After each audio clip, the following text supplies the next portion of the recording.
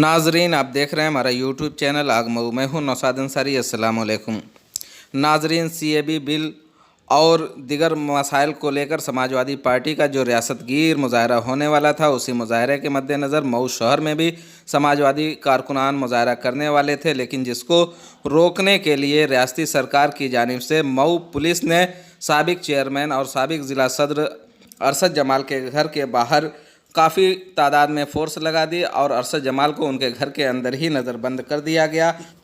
आइए अरशद जमाल से पूरी बातचीत हम आपको सुनाते हैं। चेयरमैन साहब, ये बताइए कि आज जो ये पुलिस लगाई गई किस लिए लगाई गई है आपके घर के बाहर? देखिए, हम लोग जो है आज समाजवादी पार्टी ने पूरे प्रदेश में धरने का ऐलान किया था।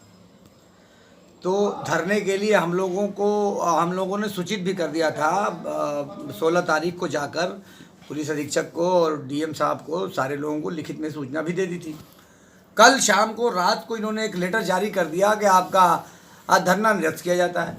मैं समझ नहीं पा रहा हूँ कि एक जमहूरी सिस्टम के तहत हम लोग अगर सरकार के ख़िलाफ़ कोई आंदोलन करना चाहते हैं तो किस कानून के तहत सरकार हम लोगों को रोकना चाहती है। आपने यहाँ पट्टी बांधे किसी को निकलने देंगे? आपने यहाँ कोई जलसा करने देंगे? न पॉलिटिकल पार्टीज़ को आप कोई धरना करने देंगे? वाम दलों का जो रूट मार्च था उसको आपने कैंसिल कर दिया, समाजवादी पार्टी का धरना था उसको कैंसिल कर दिया। आखिर क्या चाहते हैं कि भीड़ आवारा होकर सड़कों पे निकल जाए? और ये जो बार बार जो लोकतांत्रिक तरीके से जो हमको अधिकार संविधान के आर्टिकल 14(2) के तहत हमको मिला हुआ है कि किसी भी सरकार के ख़िलाफ़ किसी भी दल, किसी भी संगठन और किसी भी व्यक्ति को सड़कों पे उतरकर प्रदर्शन करने की बिना अस्त्र शस्त्र के अनुमति है और आज़ादी है। तो क्या आप तो हमारे संविधान के मूल अधिकारों को ही आप ले रहे हैं। क्या माना जाए कि मतलब हिटलरशाही पूरी तरीके से हावी है? पूरे तरीके से केंद्र सरकार भी और यूपी सरकार भी हिटलरशाही चला रही है, बल्कि गुंडों की सरकार है। और इनको समझ लेना चाहिए कि इस देश में रहने वाले लोग 130 करोड़ की आबादी में 120 करोड़ लोग सीएए के खिलाफ हैं। और ये सीएए के खिलाफ जो नागरिकता संशोधन विधेयक जो ये सरकार ले आई है, अगर इनके ये समझ में आ रहा है कि उसमें इनके पार्टी के लोग खिलाफ हैं, इनके पार्टी के लोग भी विरोध में। सीएए को दरअसल अभी तक यहाँ के लोगों ने समझा ही नहीं है। वो मुसलमानों के खिलाफ नहीं है, वो पूरे इस देशवासियों के खिलाफ है। सीएए अगर लागू करते हैं ये लोग, उस एक्ट को नाफिज करते हैं, तो आप 130 करोड़ लोग जब कागज पत्तर की तलाश में निकलेंगे तो आप खुद अंदाज़ा लगाइए कि क्या दशा होगी। आप बताइए कि हम नागरिक हैं और पहले ही हमारी नागरिकता ख़त्म करेंगे और फिर हमसे प्रमाण मांगेंगे कि आप प्रमाणित करो कि हम नागरिक हैं। कितनी अजीब बात है, आप सोचिए ज़रा। और ये सिर्फ मुसलमानों के साथ नहीं होगा, इस देश में रहने वाले किसी भी धर्म जाति के जो लोग हैं, जैसे ही ये बिल लागू होगा उसी वक्त सबकी नागरिकता समाप्त हो जाएगी। अगर हम नागरिक हैं तो हमको नागरिकता साबित करने की क्या ज़रूरत है? इसका मतलब कि आप फार्म भरवा के जो एनआरसी लागू करके आप जो नागरिक होने का प्रमाण देंगे, तो इसका मतलब हम लोगों को तो इस शहर का नागरिक से ख़त्म कर देंगे ना। एनआरसी तो अभी लागू नहीं हुई है ना। अरे एनआरसी लागू नहीं, उस एनआरसी की ही एक कड़ी है ये। और इस बिल को अगर हटा दें तो इस बिल के हटाने के बाद एनआरसी लागू करें तो किसको आपत्ति है? लेकिन ये जो बिल है इसको समझने की ज़रूरत है। ये बहुत भाजपा वाले मैं देख रहा हूँ कल से टीवी में चिल्लाने, क्या आपत्ति है? पूछेंगे किसी ऐसे आदमी जिसको कोई जानकारी ना हो। मैं आपसे सवाल पूछ रहा हूँ कि 19 लाख लोग आसाम में जो एनआरसी में नहीं आए हैं, इस बिल के पास होने के बाद जो उसमें 13 लाख हिंदू हैं वो तो उसमें आ गए, 5 लाख मुसलमान हैं, वो कहाँ जाएंगे? सही। और आप इस तरह से किसी को इस देश से बेदखल कर देंगे क्या?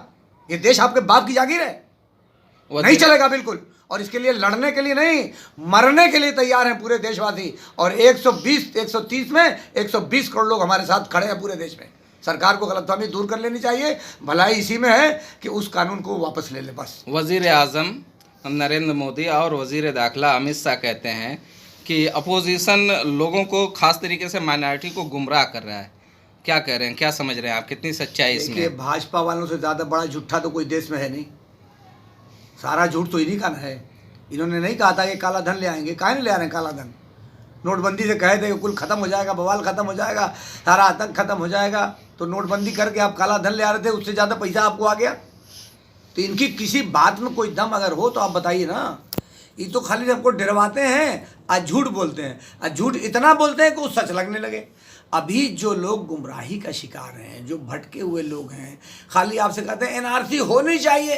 बोलो भैया होनी चाहिए कि नहीं? अब एनआरसी की सच्चाई भी तो समझाओ भैया, कि जो देशवासी हैं उनको आप पहले, जैसे मैं तो नागरिक हूँ ना आज की डेट में, क्या दिक्कत है? 70 साल से मुल्क आज़ाद है, सैकड़ों साल से इस देश में रहे, किसको क्या दिक्कत है?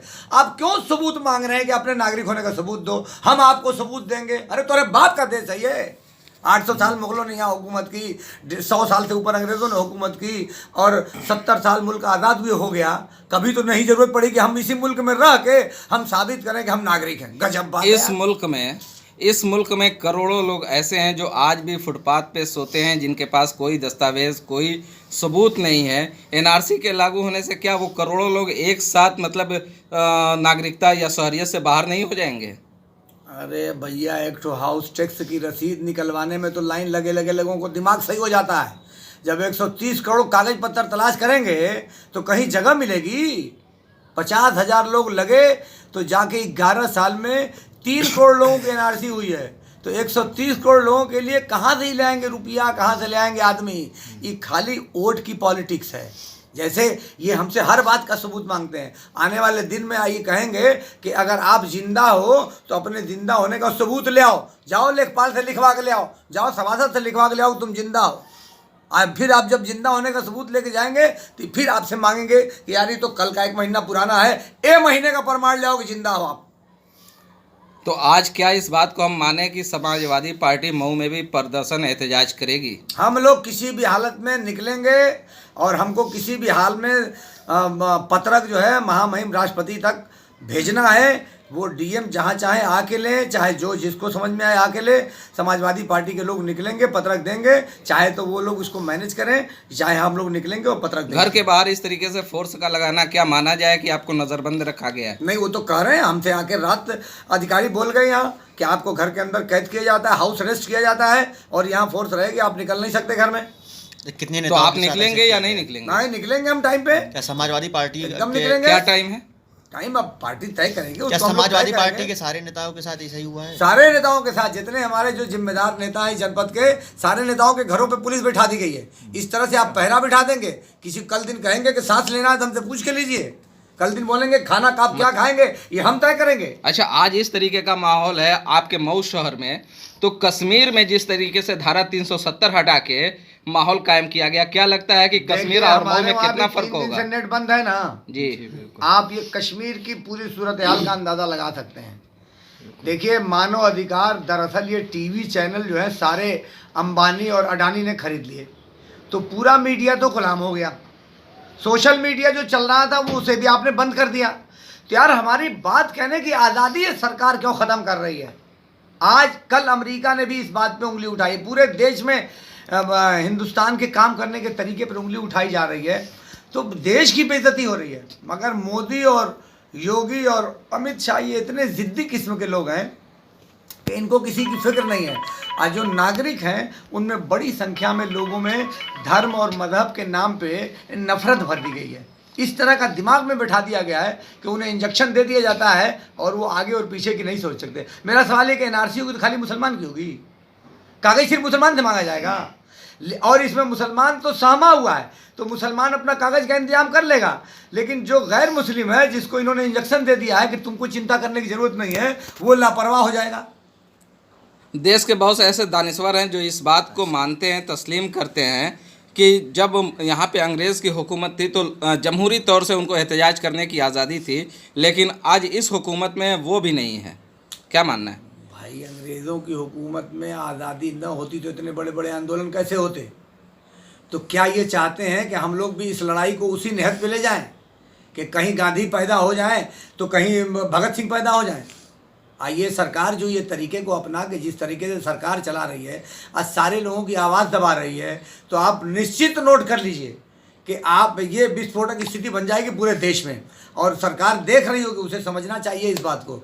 मऊ में क्या हुआ? मऊ में अगर ये लोग जो परमिशन जलसे की मांगी गई हम लोगों ने नहीं दिया, धरने की मांगी वो नहीं दिया, काली पट्टी बांधे वो जो निकलना चाहते तो उसे नहीं दिया, तो जब सारी परमिशन आप रोक देंगे तो विस्फोट हो जाएगा। रूल नियंत्रण से नौजवान बाहर हो गए, छात्र बाहर हो गए।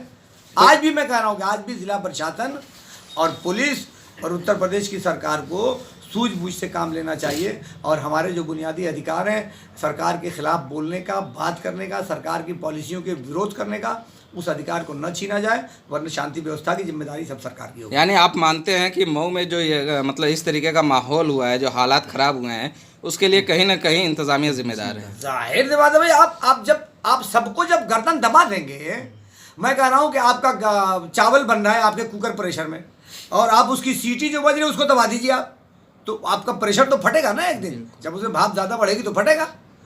इस तरह से प्रशासन कभी नहीं करता था किसी भी पहले भी बीजेपी की सरकार रही है और सारी बातें एडजस्टमेंट होता था कि पब्लिक के नज़रिए को और पब्लिक के रुझान को, पब्लिक के मूड को समझते हुए तालमेल के साथ सब लोग चलते हैं। देखिए अलग अलग दलों के होना अलग बात है, विरोधी दल में होना अलग बात है, लेकिन शांति व्यवस्था बने रही है, सबकी जिम्मेदारी है, हमारी भी जिम्मेदारी है और जो सत्ता पक्ष के लोग हैं उनकी भी जिम्मेदारी है। हम सारी पक्ष सब कुछ करेंगे मगर शांति व्यवस्था से खिलवाड़ नहीं होना चाहिए। मगर आप आंदोलन को जब रोकोगे तो फिर आप नहीं रोक सकते किसी को। हम जैसे लोग घरों में रहेंगे, जो आवारा लोग हैं उनको अवसर दे देंगे आप।